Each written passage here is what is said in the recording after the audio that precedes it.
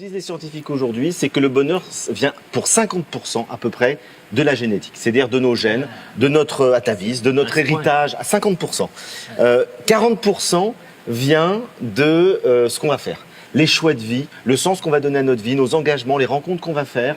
Est-ce qu'on va être heureux dans son activité? Est-ce qu'on va être en bonne santé? Il y a tout un certain nombre de paramètres qui vont être déterminants. Mais c'est vrai que la génétique, et au le départ... 10%, c'est les taxes. Et le 10%, le 10%, ça va peut-être vous étonner, c'est les conditions extérieures. Est-ce qu'on est dans tel pays ou dans tel autre, dans une famille riche ou pauvre, dans tel milieu social? Eh bien, c'est très peu. La terre dans laquelle on est. C'est très peu. Pour atteindre le bonheur, qu'est-ce qu'on doit faire pour être heureux? Alors, il n'y a pas de recette. C'est-à-dire que je pense qu'effectivement, chacun doit découvrir déjà qui il est et ce pourquoi il est fait. C'est ce qu'on appelle en psychologie le processus d'individuation, c'est-à-dire aller chercher au-delà de tous les conditionnements d'éducation socio-culturels qu'on a reçus.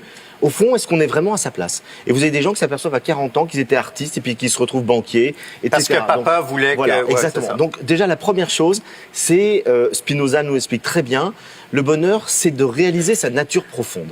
Et Spinoza nous dit, tout organisme vivant persévère, fait un effort pour grandir, pour s'accroître et pour réaliser sa nature profonde. Ce que la biologie confirme totalement aujourd'hui.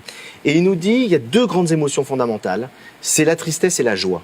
Lorsqu'on rencontre des obstacles dans cette croissance de notre être, on est dans la tristesse. Lorsqu'on grandit, lorsqu'on s'améliore, lorsqu'on progresse dans la connaissance, lorsqu'on progresse dans l'amour, lorsqu'on progresse, eh bien, on est dans la joie.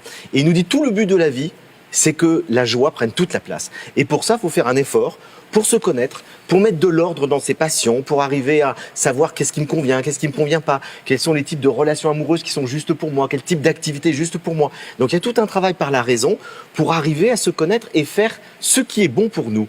Et donc là, je crois qu'effectivement, l'accomplissement de soi est certainement une des raisons du bonheur et la philosophie peut nous l'expliquer. Est-ce qu'un enfant, par définition, est heureux ou on doit lui enseigner le bonheur? Alors là, je vais plutôt faire référence aux taoïstes, puisque je vais essayer de rester un petit peu dans la philosophie. Les taoïstes, contrairement aux confucéens, les confucéens nous disent le modèle du sage heureux, c'est le vieillard. Le vieillard qui a accompli toute sa vie, qui a fait tout ce travail sur lui, et donc finalement, il a trouvé la sagesse. Et les taoïstes ne disent pas du tout, l'être le plus heureux qui soit, c'est l'enfant. L'enfant, il est dans la spontanéité, il est dans l'émerveillement, il est dans la joie, il est fluide. Et c'est après, lorsqu'il commence à réfléchir, c'est lorsque le mental, lorsque l'ego commence à fonctionner, à se structurer, qu'il y a des peurs, qu'il y a des interdits, qu'il y a des conflits, etc. Et il perd cette fluidité. Donc, il y a deux modèles. Il y a le modèle taoïste, il y a le modèle confucéen. Personnellement, je pense que je suis plus proche des taoïstes. C'est-à-dire, je crois que dans la spontanéité de l'enfance, ce qui rejoint une phrase de Jésus, d'ailleurs des évangiles, redevenez comme des petits-enfants. Et je pense qu'il y a une sorte de fraîcheur, de foi dans la vie, d'émerveillement, qui est très, très utile au bonheur. Mais en vieillissant, il ne faut pas s'accrocher à Confucius? Le danger en vieillissant, finalement, le danger de l'adulte, c'est de vouloir contrôler. C'est-à-dire que plus on grandit, plus on a besoin de sécurité, on se dit, mais j'ai acquis des choses, je ne veux pas les perdre. J'ai acquis une situation professionnelle, une vie familiale, on a peur de perdre. Et je crois qu'un des obstacles au bonheur, c'est de vouloir contrôler la vie. Et je suis convaincu qu'on ne peut pas contrôler la vie.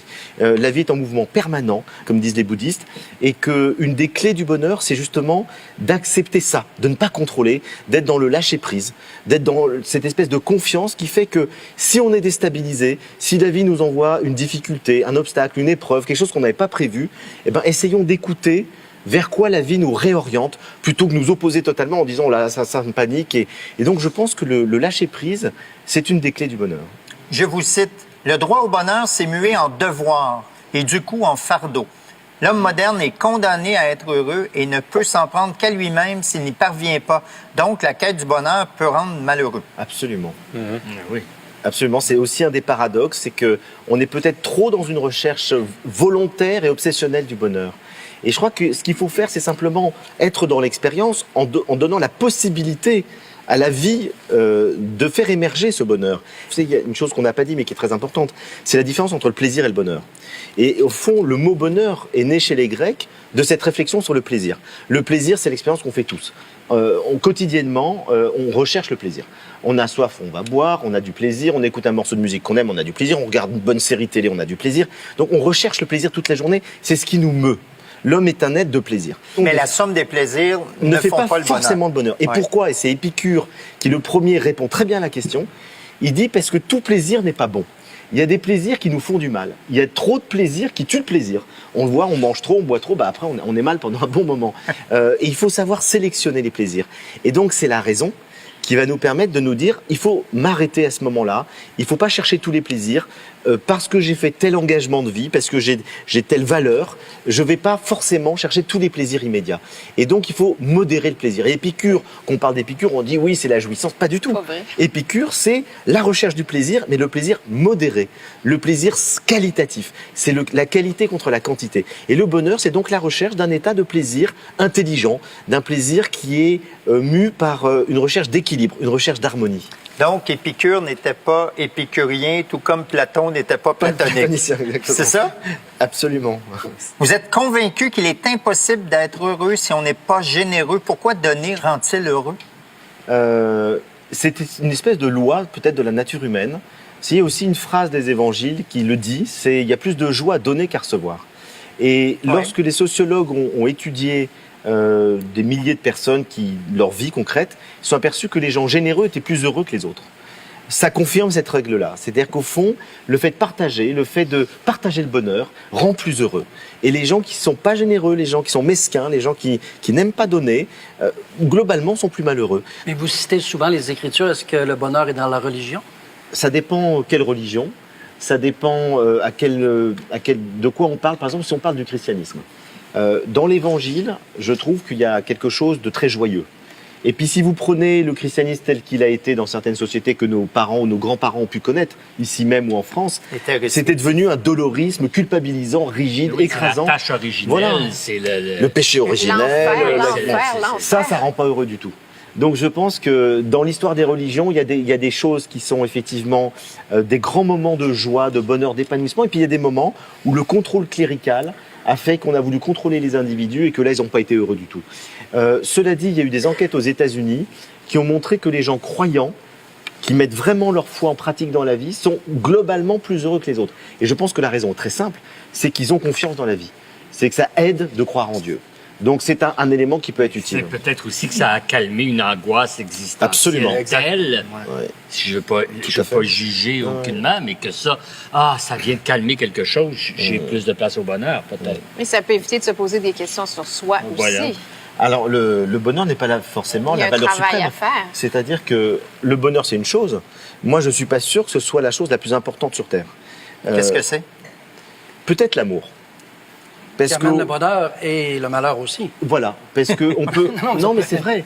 On peut donner sa vie par amour et donc renoncer au bonheur. Puis on peut la perdre. On peut faire des sacrifices, Ah ouais. on peut renoncer à des choses pour aider les autres. J'ai travaillé moi en Inde pendant 6 mois chez Mère Teresa dans une léproserie. Et je voyais des religieuses qui avaient consacré leur vie aux autres. Elles avaient un certain bonheur à donner, mais elles avaient beaucoup de difficultés. Elles vivaient des souffrances aussi. Je me disais, c'est peut-être une vie comme assez admirable. Vous êtes convaincu que l'avenir du monde ne passera pas par le retour aux religieux, mais par l'épanouissement d'une spiritualité universelle détachée des traditions particulières. Quelle distinction vous faites entre la religion et la spiritualité? Je crois que la religion, c'est quelque chose de collectif. La religion, c'est une dimension culturelle.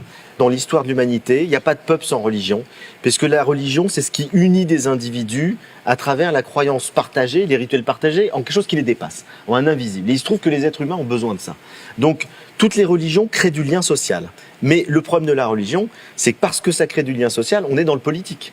Donc on est dans le pouvoir, donc on est dans la domination. Et les donc, rapports de force. Et voilà. Ouais. Et du coup, on est dans tout ce qu'on a connu, dans les dérives des religions, jusqu'à aujourd'hui encore. Alors que la spiritualité, c'est la dimension verticale des religions. C'est pas le lien horizontal qui unit les humains, c'est le lien qui les unit avec un absolu, avec une transcendance, et c'est ce qui répond aux besoins de sens. Et je pense que l'être humain a besoin de sens. C'est-à-dire qu'il a besoin de donner un sens à sa vie, il a besoin d'essayer de trouver des réponses aux questions. Qu'est-ce qu'il y a après la mort? Est-ce qu'il y a quelque chose? Alors Einstein le disait, on parlait de science tout à l'heure, il disait qu'au fond, un être humain qui ne se pose jamais la question du sens de la vie, pour lui n'est pas vraiment un être humain. Ça fait partie vraiment de ce qui est le plus universel dans la quête de l'humain. Est-ce que c'est nécessaire de croire en Dieu pour avoir une vie spirituelle? Pas du tout. La preuve, c'est que par exemple les bouddhistes ne croient absolument pas en Dieu et ce sont des gens qui ont une quête spirituelle éminemment importante. Je crois que la spiritualité, c'est 2 choses. C'est essayer de passer de l'ignorance à la connaissance et de la peur à l'amour. Croyez-vous en Dieu? Alors moi, je suis un croyant agnostique. C'est-à-dire que je ne sais pas si Dieu existe, j'en sais rien. Vous laissez la porte ouverte. Je laisse la porte ouverte, mais je suis quand même un croyant dans la mesure où si j'avais un pari à faire, si j'avais une conviction, pas une certitude rationnelle, une conviction intime à apporter, je dirais que le monde a un sens, que la vie a un sens.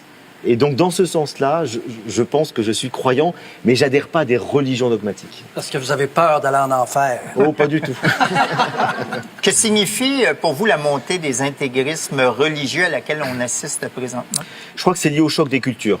Ce que je disais tout à l'heure, c'est que la religion crée du lien social, c'est-à-dire que ça rassemble les individus dans des cultures, dans des civilisations, et lorsqu'on est en conflit avec d'autres cultures, avec d'autres civilisations, qu'est-ce qu'on va réactiver? C'est la religion, c'est l'identité religieuse. On l'a vu typiquement avec la guerre en Irak, celle de Bush, la seconde, lorsqu'il veut faire la guerre à Saddam Hussein, ça suffit pas d'avancer des raisons politiques, économiques. Il faut faire appel à la religion. Et du coup, il parle de l'axe du bien contre le mal, une croisade contre le mal. Et Saddam Hussein, qui est totalement athée, totalement laïque, va répondre en essayant de mobiliser les musulmans et en disant qu'il faut faire un djihad contre le Satan américain. Donc la religion, en période de conflit politique et de conflit culturel, c'est quelque chose que les gens vont rechercher contre les autres. C'est pour ça qu'aujourd'hui, la religion est dangereuse. C'est elle ne va pas rechercher ses fondements spirituels, c'est elle ne retourne pas dans ses sources spirituelles les plus profondes, elle est totalement dangereuse. Et à mon avis, la seule chose qui peut sauver, par exemple, l'islam de l'islamisme, du fanatisme, c'est que les musulmans redécouvrent un islam spirituel très profond. Ils ont des mystiques extraordinaires, Attar, Soufi, Ibn Arabi, Rumi, qui nous parlent d'une spiritualité universelle de l'amour. C'est en allant retrouver ces sources spirituelles qui vont sortir de l'islamisme, qui est une maladie politique de l'islam. Frédéric Lenoir, vous avez écrit que vous êtes mal à l'aise quand on vous pose la question « Êtes-vous heureux sur un plateau de télévision? » Pourquoi? Parce que je trouve que la question du bonheur renvoie à tout un ensemble de choses. Je disais tout à l'heure, c'est un équilibre. Et donc, on peut être à un moment donné présent, tendu sur un plateau de télévision, avoir mal digéré, etc. Et donc, être dans un état où la satisfaction n'est pas totalement là. Mais ça n'empêche pas qu'on peut être dans un état global dans sa vie, heureux ou malheureux. Donc si je dois vous répondre, je vous dirais que je suis globalement heureux dans ma vie. Je ne l'ai pas toujours été, donc il y a quelque chose qui a évolué, et qu'en plus je suis heureux d'être là, ce qui n'est pas toujours le cas.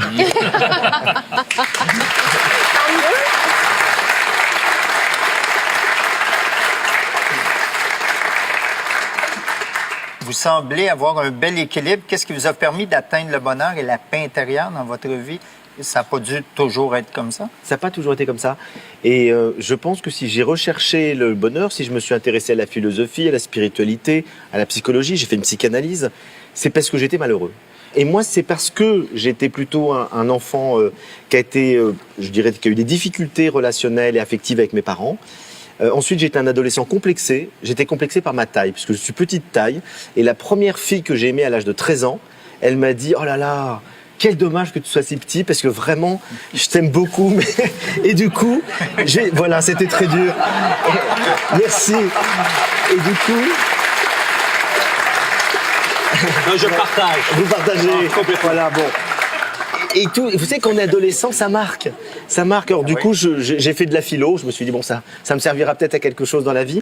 Mais c'est vrai que je suis parti d'un certain nombre de choses, de manque de confiance en moi, etc. Et puis après, j'ai fait tout ce travail de recherche intérieure, de connaissance, d'approfondissement qui m'a permis de me connaître, de gagner une estime de moi, d'arriver à m'apprécier beaucoup plus, d'arriver à être dans une relation plus fluide avec les autres. Et puis, je vais vous donner une petite recette. J'ai dit que j'en donnerais pas, mais je peux pas m'empêcher quand même d'en donner une. J'ai redécouvert l'importance de l'attention. Et je me suis rendu compte que j'étais beaucoup, comme j'ai fait de la philo, j'étais beaucoup dans ma tête. Et que une des choses qui nous rend le plus heureux, c'est d'être présent à ce qu'on fait, d'être attentif à ce qu'on fait. Et quand j'ai pris conscience de ça, j'ai fait des exercices quotidiens pour je bois, je savoure le moment où je bois. Je regarde un paysage, je suis attentif à ce que je regarde. Je discute avec quelqu'un, j'écoute vraiment ce qu'il me dit, je pense pas à autre chose. Je fais la cuisine, je suis concentré sur les couleurs, les odeurs, les saveurs. Et je me suis rendu compte que l'attention dans le présent, la qualité de présence au monde, aux autres, nous rend vraiment heureux. Ça décuple le plaisir. Et ce que j'ai découvert en faisant ce livre, c'est que les scientifiques nous l'expliquent. puisque ceux qui ont fait des études sur le cerveau humain nous montrent que lorsqu'on est attentif et présent à ce qu'on fait, notre cerveau va sécréter de la dopamine et de la sérotonine, qui sont des substances chimiques qu'on utilise pour faire des antidépresseurs, qui apportent du bien-être. Et donc, ce qui est formidable, c'est que la science aujourd'hui, par la chimie du cerveau, explique ce que les sages nous disent depuis 2500 ans, c'est que pour être heureux, il faut être attentif à ce qu'on fait. C'est beau. Merci beaucoup, M. Léonard. Merci infiniment. Je vous ai écrit un petit mot. Vous avez de bons yeux. Ça va. Vous êtes au Québec, sur le plateau de l'émission Tout le monde en parle. L'instant présent vous est si agréable qu'une explosion de bonheur incontrôlable vous pousse à lancer cette carte dans les airs. Et ben voilà.